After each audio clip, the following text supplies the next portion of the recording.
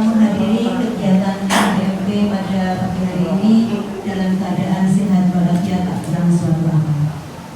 Kedua kalinya selawat serta salam mudah-mudahan senantiasa tersampaikan kepada junjungan kita Nabi besar Muhammad SAW. Bapak Ibu yang saya hormati, sebelum acara ini kita mulai, saya akan membacakan susunan acara atau agenda pertemuan MPMP kita pada pagi hari ini. Yang pertama adalah pembukaan, dilanjutkan dengan laporan bendahara MPMP oleh Bu Angga. Yang ketiga yaitu sambutan dari Ibu Ketua MPMP, Bu Murtiani, dan dilanjutkan dengan acara yang keempat, pemaparan materi asesmen yang akan disampaikan oleh Bapak Sunario. Terakhir adalah acara penutup. Untuk membuka acara pada pagi hari ini, marilah kita bersama-sama membaca bersama. Terima kasih. Kemudian dilanjutkan dengan laporan dari bendahara MPMP kepada Bu Anggreni. Kami persilakan. Waalaikumsalam warahmatullahi wabarakatuh. Bismillahirrahmanirrahim. Alhamdulillahirabbil alamin wa bihi nasta'in wa nasta'in. Wassalatu wassalamu ala asyrofil anbiya'i wal mursalin sayyidina wa maulana Muhammadin wa ala alihi wa sahbihi ajma'in. Yang terhormat Bu Murtiani selaku Ketua MPMP, yang saya hormati Bapak Ibu beserta MPMP. Pertama, marilah kita panjatkan puji syukur kepada Allah Subhanahu wa taala karena kita masih diberi kesehatan. Salawat serta salam mudah-mudahan tetap tercurahkan pada junjungan kita Nabi besar Muhammad SAW. Bapak Ibu, seperti yang disampaikan oleh Bu Murtiani tadi, dari kemarin saya ditelepon sama Bu Murtiani, waktu itu saya masih di jalan gitu, sehingga tidak saya angkat. Terus Bu Murtiani WA saya itu di depan di warung depan saya ditunggu, saya buka. Oh iya, ternyata saya diminta untuk ngisi materi gitu. Terus saya bingung, materi apa Bu? Ya, terserah Pak Naryo mau pembuatan perangkat modul ajar berdiferensiasi atau apa gitu, atau pengajarannya katanya kemudian gitu. Terus saya tawarkan, kalau asesmen gimana Bu? Karena saya punya PPT-nya asesmen. Kalau berdiferensiasi saya buat lagi gitu. Nah iya Pak, gak apa-apa. Terus setelah itu kan saya jemput istri saya. Setelah itu istri saya datang. Saya cerita ke istri saya, kemudian yang harus telepon. Apa? Aku bangun isi materi ini MPMP. Wah, alamat. Langsung lebih dulu. Alamat apa? Alamat paling ini sampai dimakan malam gitu terus. Ternyata cuma Bu Murtiani nyinggung kali iya. Ordenan omongan bocor gitu. Jadi ceritanya kemarin seperti itu sehingga saya bersedia ngisi materi. Sebenarnya bukan ngisi materi gitu ya, tapi sebenarnya lebih tepatnya sharing gitu ya. Mengapa kok sharing? Karena ini saya juga mendapatkan materi dari ketika saya ikut diklat gitu. Diklat atau pelatihan di Malang bersama 5 sekolah yang lain kalau misalnya. Jadi ini lebih tepatnya sosialisasi, diseminasi gitu ya. Diseminasi atau sosialisasi apa yang saya peroleh dari diklat di Malang. Yang kemarin berangkat itu kalau nggak salah Pak Nur Hasan dari SMA Mantuk, mungkin Pak Nur Hasan juga sudah sosialisasi di sekolahnya. Kemudian ada Pak Abdi dari SMA Pak Dasim, kemudian ada Pak dari SMA Sari juga Bronto, SMA Model, kemudian ada dari kemarin ada 5 yang berangkat. Yang satu siapa? Muhammadiyah sama Muhammadiyah Brodong. Jadi mungkin dari sekolah-sekolah itu sudah sosialisasi juga seperti yang sudah saya lakukan di sini juga. Jadi mungkin Bu Sari kok mendengarkan saya ngomong ini kemarin sudah saya sosialisasikan di ruang guru. Jadi semuanya kemarin ikut di ruang guru. Jadi ini mengulang materi gitu ya. Tapi nggak apa-apa ini. Ya, mengapa kok ini perlu saya sampaikan? Karena saya kira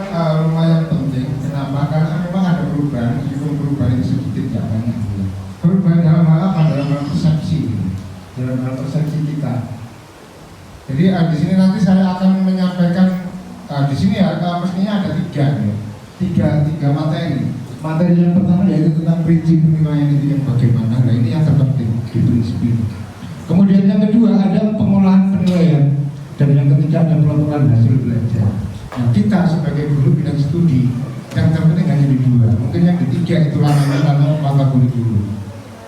Jadi untuk pelaporan hasil belajar itu ranahnya adalah ranah kurikulum. Sehingga kita nanti ada sedikit mungkin kalau misalnya dibutuhkan mungkin butuh waktu 30 menit saya untuk berbicara. Tapi kalau misalnya diminta untuk lebih dari itu nanti saya kasih materi yang lain nggak apa-apa. Mungkin pembuatan atau penentuan KKTP itu seperti apa? Bagaimana sih untuk menentukan KKTP? Nah ini nanti kalau misalnya dibutuhkan saya akan menyampaikan.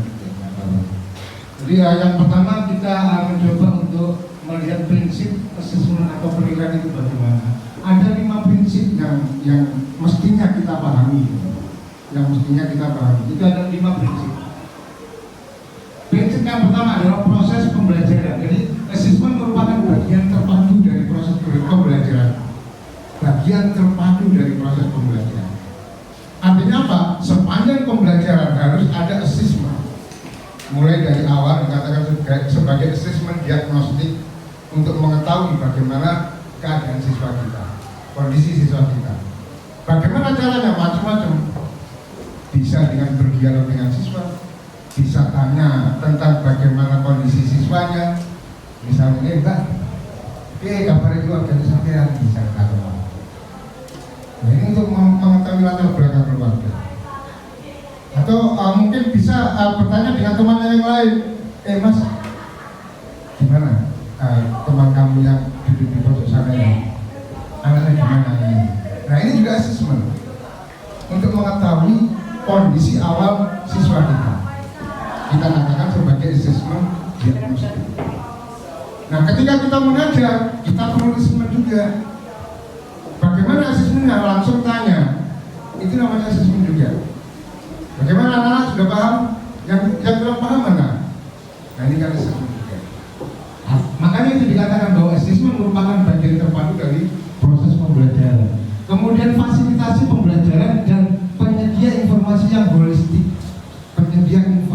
holistik. Menyeluruh, mulai dari kondisi, kemudian intelektualnya, sikapnya, bagaimana dan seterusnya. Itu semuanya adalah assessment, prinsip assessment. Kemudian yang kedua, assessment dirancang dan dilakukan sesuai dengan fungsinya. Bagaimana assessment diagnostik, bagaimana assessment formatif, bagaimana assessment sumatif, semuanya masing-masing ada fungsinya. Tapi kita jangan sampai lupa bahwa fungsi terakhir assessment itu adalah refleksi. Apa? Koreksi diri. Wis bener tak ngajar ini. Jadi fokus utamanya bukan siswa. Fokus utamanya adalah kita sebagai pendidik. Wis bener apa burung ngulang ini. Kok muridku bijine elek kabeh? Sing salah sopo?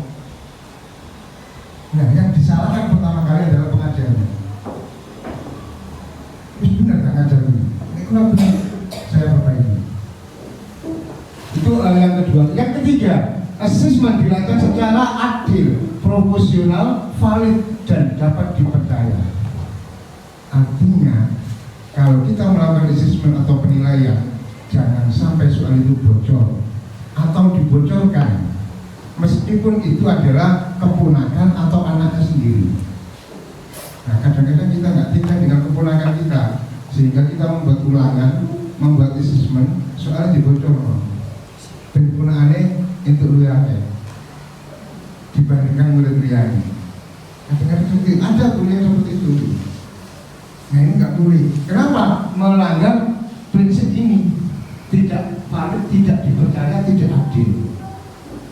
Kemudian yang keempat, laporan kemajuan belajar dan teknologi peserta didik bersifat sederhana dan informatif. Nggak usah rumit-rumit, sederhana dan informatif. Jadi berfungsi sebagai pemberi informasi dan disusun secara sederhana. Itu assessmentnya.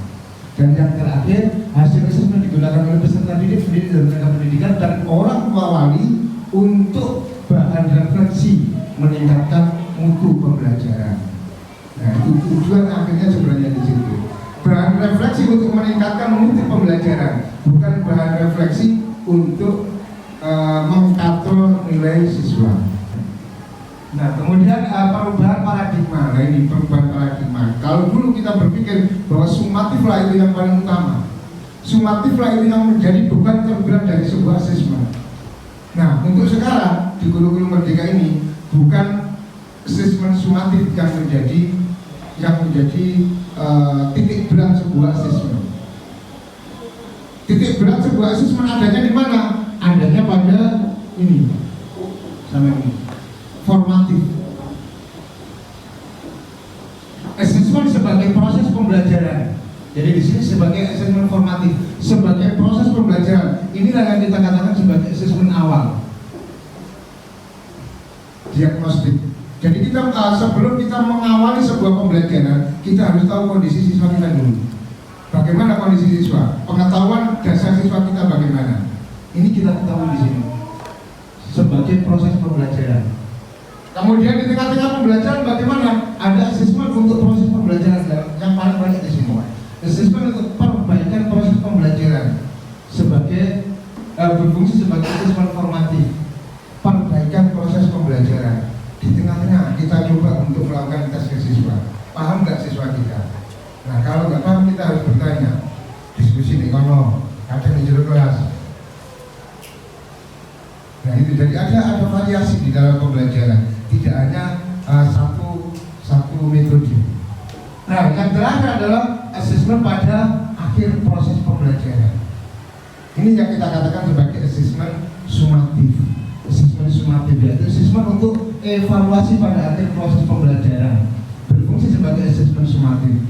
Pada akhir sebuah proses pembelajaran ini maksudnya bagaimana? Bisa satu tema atau satu materi kita lakukan sumatif. Bisa dua materi satu kali sumatif, atau sumatif di akhir semester beberapa materi. Nah, untuk bahasa Indonesia kalau satu materi langsung sumatif kan terlalu sedikit materinya. Mungkin kalau bahasa Indonesia bisa digabung beberapa materi, 2 atau 3 materi baru melakukan sumatif. Tapi kalau matematika, fisika kan nggak bisa, terlalu berat. Jadi yang kita katakan sebagai sumatif, jangan memberatkan siswa. Siswa banyak berpikir, banyak materi, nanti banyak berpikir tidak tuntas malah. Nah, ini ketuntasannya. Ya, untuk selanjutnya karakteristik asesmen format dan sumatif. Jadi ada formatif, ada sumatif. Di sini terpadu dengan proses pembelajaran. Ini yang saya sampaikan tadi, melibatkan peserta didik dalam pelaksanaan, misalnya melalui penilaian diri, penilaian antar teman, dan refleksi metakognisi terhadap proses pembelajaran. Ini yang terpenting, melibatkan peserta didik. Ketika kita melakukan asesmen formatif, kita tidak bisa melakukan sendiri. Peserta didik harus melakukannya, harus dilibatkan. Misalnya Bu Murtini menilai Bu Sari, atau Bu Anggra ini menilai Bu Murtiani misalnya, seperti itu. Nah, ini menilai penilaian antar teman. Jadi penilaian tidak hanya dari guru saja, tapi teman berhak menilai. Terus menilai diri sendiri dengan pertanyaan-pertanyaan, apa yang kamu peroleh hari ini, misalnya seperti itu.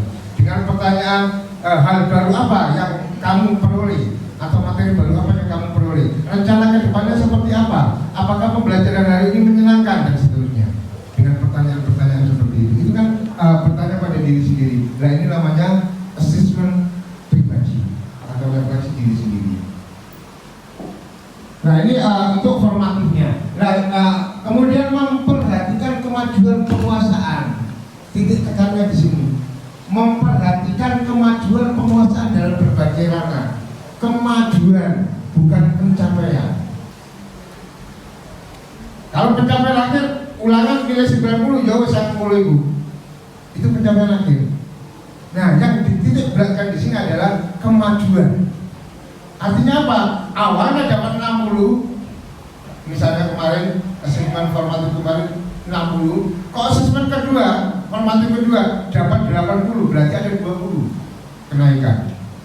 Nah, ini yang namanya kemajuan.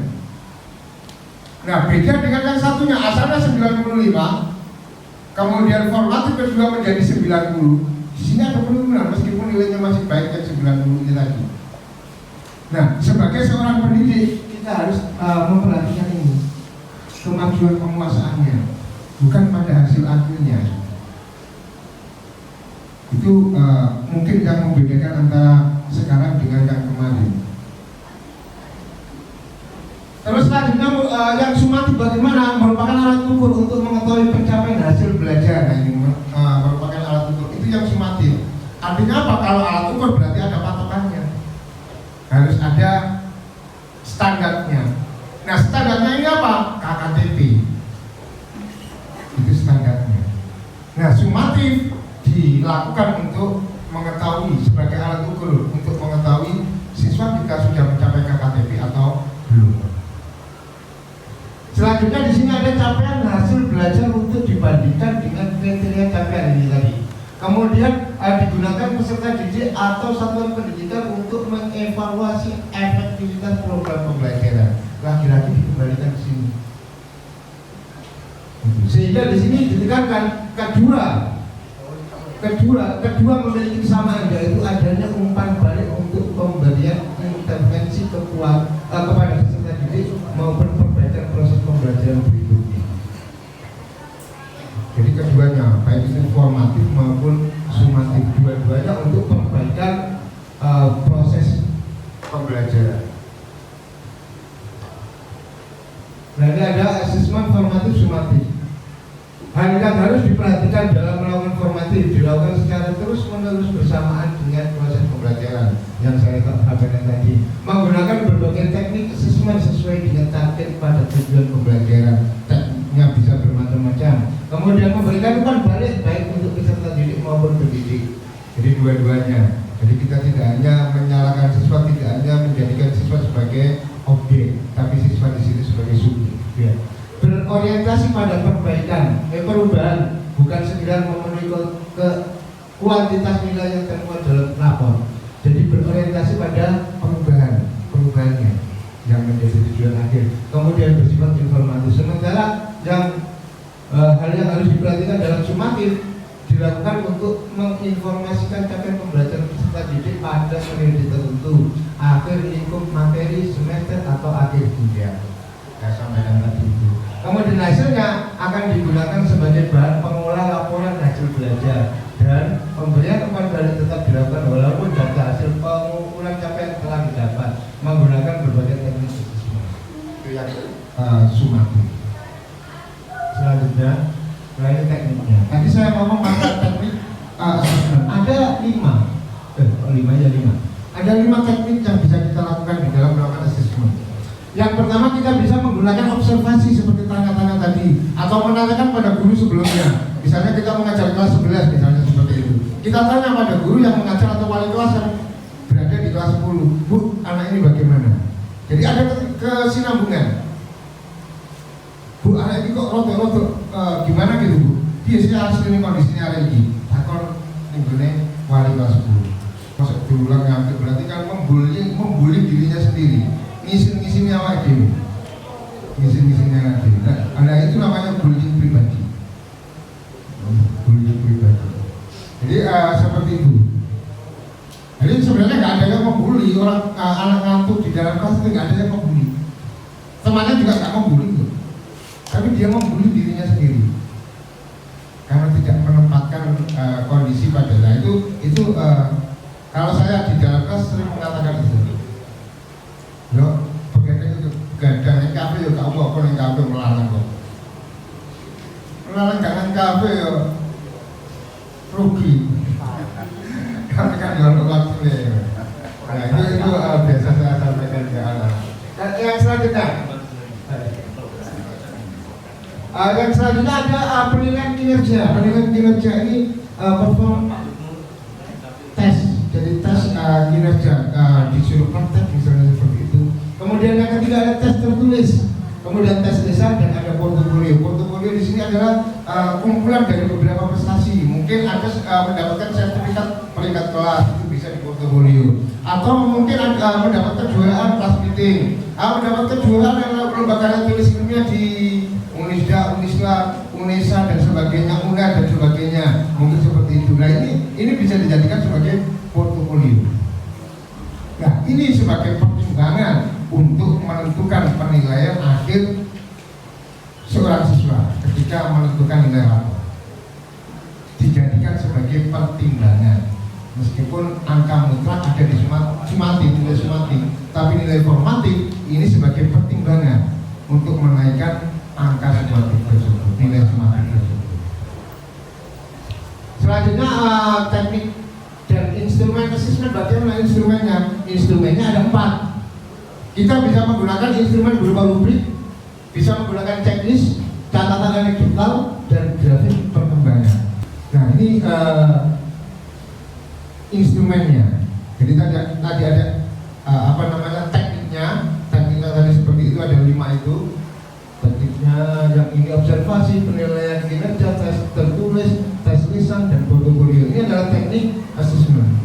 Sementara instrumennya ada 4. Bisa rubrik, checklist, catatan anekdotal, dan grafik perkembangan. Nah, yes. Materi 1 sudah selesai. Ngantuk ya? Bakso orang ini.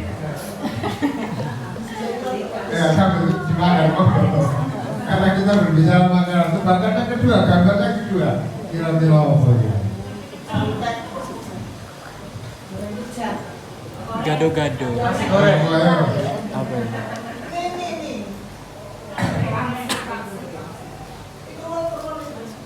Ini adalah mie goreng. Kemudian ditambahi ayam. Ya, mie ayam kok digoreng dulu ya? Mie goreng sama ayam ini. Terus yang ketiga ini, saya punya berapa? 4 kalau nggak salah tebakan. Kira-kira apa ini?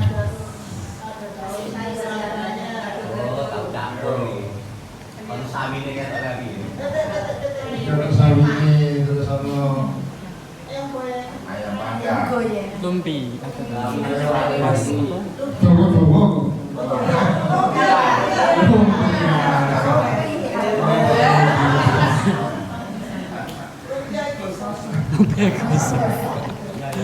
Selanjutnya yang ini mesti bisa gitu, kalau berarti harus kekuatan.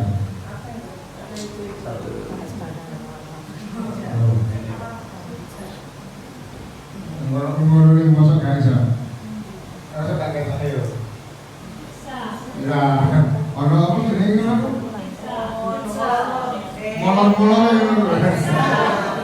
Ya, jalan bisa. Bisa cocok terakhir ini.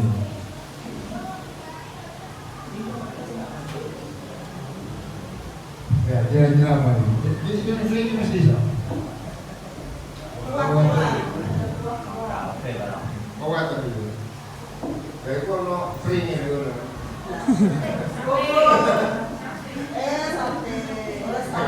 sate. Ya, ono bawang brambangnya, ono bumbunya ini, bumbunya lah. Wajahnya gule. Sate umur, sate ayam, sate kambing. Tetapi tujuan pembelajaran ini masuk di banyak. Yang pertama, pengolahan hasil penilaian. Pengolahan hasil penilaian dapat dilakukan dengan menganalisis secara kuantitatif dan atau kualitatif terhadap data hasil pelaksanaan penilaian yang berupa angka dan atau deskripsi.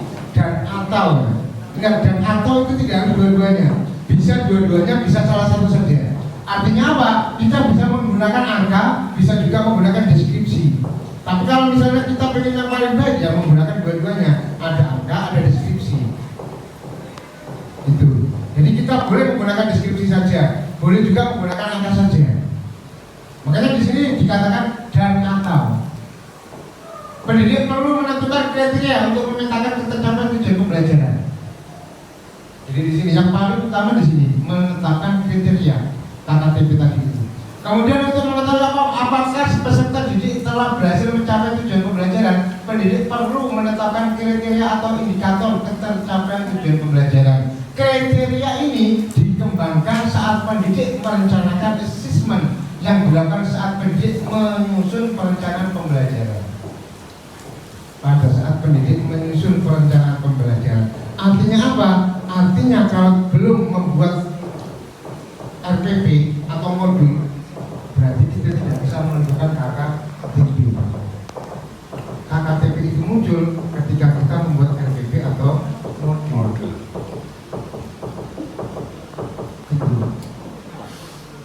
Sehingga baik dalam bentuk rencana pelaksanaan pembelajaran ataupun modul aja. Kemudian ini, dalam menentukan kriteria ketetapan tujuan pembelajaran ada beberapa hal penting yang perlu diperhatikan. Tidak disarankan untuk menggunakan angka mutlak. Ini yang menjadi perbedaan. Tidak disarankan menggunakan angka mutlak. Misalnya 70, 80, KKTP-nya 70, KKTP-nya 80, nggak boleh. Tapi menggunakan interval yang kita gunakan. Yang paling disarankan adalah menggunakan deskripsi. Namun jika dibutuhkan, pendidik diperkenankan untuk menggunakan interval nilai. Misalnya 70 sampai 85, 85 sampai 100 dan sebagainya. Jadi peserta didik dinyatakan tuntas apabila telah mencapai nilai cukup keterangannya 70 sampai 80 misalnya seperti itu. Jadi kita menggunakan interval, tidak boleh menggunakan KKM mutlak 75, 72, 71 misalnya tidak boleh. Tidak disarankan, bukannya nggak boleh. Boleh tapi tidak disarankan. Bukan ngomong nggak boleh sama kali ngelarang apa. Zaman yang merdeka belajar untuk dilarang. Kayak dilarang. Jadi kita menggunakan interval atau apa namanya itu deskripsi. Selanjutnya, kriteria yang digunakan untuk menentukan apakah peserta didik telah mencapai tujuan pembelajaran dapat dikembangkan menggunakan beberapa pendekatan.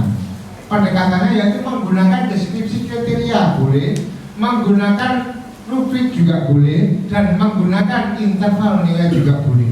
Pilih salah satu, tidak harus tiga-tiganya. Pilih salah satu yang paling mudah, yang paling dipahami.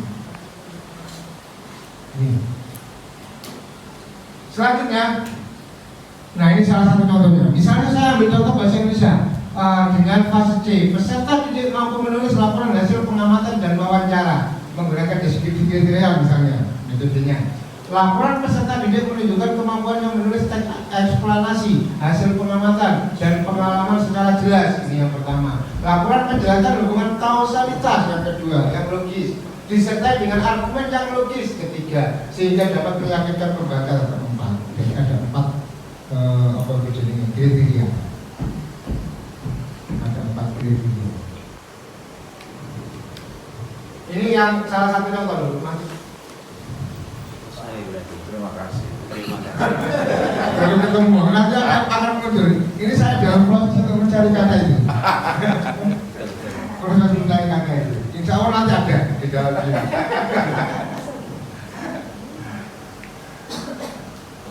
Nah, ini kalau menggunakan rubrik bagaimana? Rubriknya seperti ini. Kalau kita menggunakan rubrik ini, di sini adalah baru berkembang layak cukup mahir. Kemudian di sini adalah baru berkembang layak cukup mahir. Nah ini kriterianya. Isi laporan, kemudian di sini adalah penulisan tanda baca. Misalnya seperti itu. Apakah harus 4? Tidak. 2 boleh, 3 juga boleh. Misalnya ini saya hilang layaknya. Ada baru berkembang, kemudian cukup dan mahir juga seperti itu juga boleh. Atau misalnya 2, misalnya cukup dan mahir. Tapi kita berat untuk menentukan kriterianya di mana ketika kita menggunakan rubrik ini. Kalau misalnya saya ambil 3, misalnya baru berkembang, cukup dan mahir, siswa mencapai ketuntasan pada tahap cukup misalnya seperti ini. Maka di sini kita blok warna kuning. Di sini juga misalnya ada baru berkembang, cukup dan mahir. Kriterianya siswa dinyatakan tuntas ketika mencapai cukup misalnya. Di sini kita blok dengan warna kuning. Jadi tidak harus 4, tidak ada ketentuan. 3, 4, 5 dan seterusnya. 2 juga boleh. Terus gampang-gampangnya gini lah. Misalnya seperti itu. Nah, misalnya kalau yang ini menggunakan interval nilai. Kriteria ketuntasannya misalnya mampu menulis eksplorasi hasil pengamatan dan pengalaman secara jelas melakukan penjelasan menggunakan kausalitas yang logis disertai dengan argumen yang logis sehingga dapat meyakinkan pembaca. Kok nilainya di bawah ini ada 4, ternyata yang diperlukan hanya 2 misalnya. Kita cek 0 sampai 40, berarti masih dalam tahap berkembang. Nah, di sini cukup misalnya gitu, di sini baik. Nah, ketuntasannya bagaimana? Terserah kita sebagai gurunya. Kita letakkan di sini ya atau di sini. Nah, ini kalau kita menggunakan interval nilai. Jadi tidak ada paksaan, tidak harus tiga-tiganya. Pilih salah satu yang paling mudah untuk kita kerjakan. Kapan ya Bapak Ibu? Nah, ini pengolahannya, kemudian di sini. Peserta didik belum memenuhi kriteria ketentuan ini yang model-model yang tadi untuk kerja dan sebagainya. Nah, ini yang pengolahan hasil asesmen. Setelah itu kita mengolah hasil asesmen itu. Ada 2 cara pengolahan. Bila pengukuran pencapaian dilakukan untuk setiap tahun tujuan pembelajaran dengan data kuantitatif atau angka pencapaian. Bila pengukuran pencapaian dilakukan untuk setiap tujuan pembelajaran dengan data kualitatif secara ini. Pendidik tidak mencampur penghitungan dari hasil asesmen formatif dan sumatif. Ini yang jadi perhatian. Tidak mencampur karena asesmen formatif dan sumatif memiliki fungsi yang berbeda. Kalau formatif untuk perbaikan proses pembelajaran mutlak, tapi kalau sumatif ini untuk nilai angka raport. Nilai angka raport bisa dipertimbangkan dengan nilai formatif. Jadi nilai formatif sebagai bahan pertimbangan.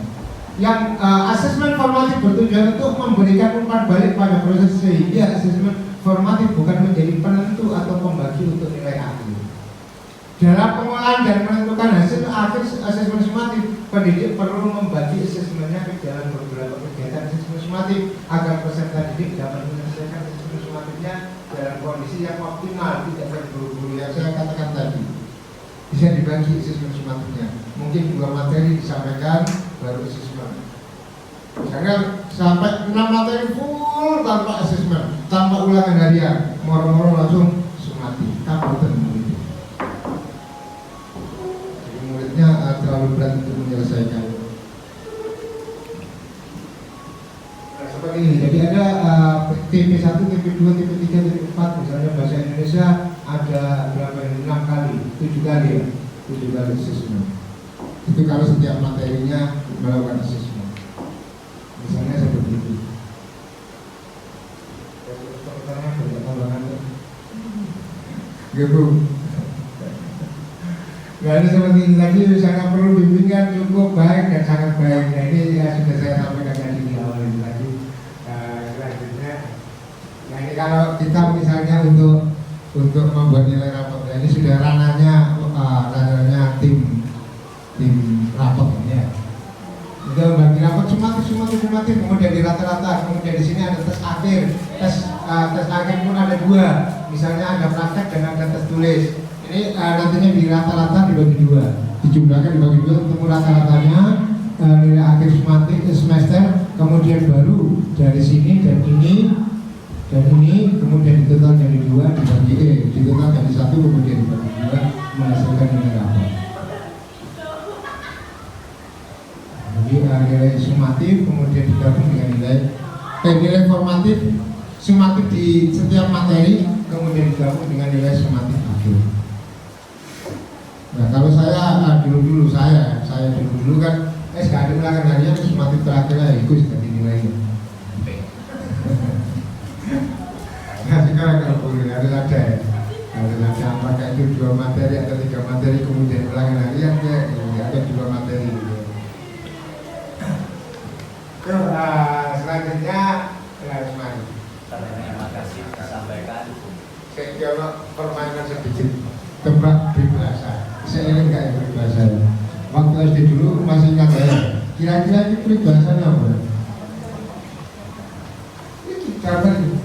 Dari gambar kita bisa menebak sebuah peribahasa. Dengan gambar yang seperti itu kira-kira peribahasa apa yang ada di situ?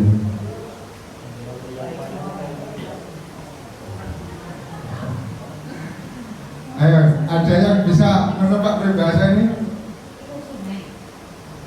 Enggak tahu, itu sungai atau tebing. Ya ini.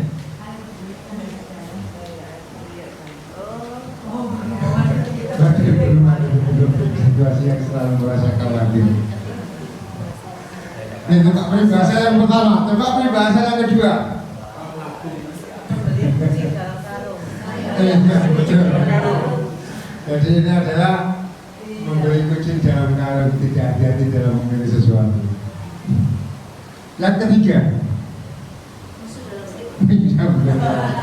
musuh dalam selimut. Orang terdekat bisa berpotensi menjadi musuh yang paling berbahaya.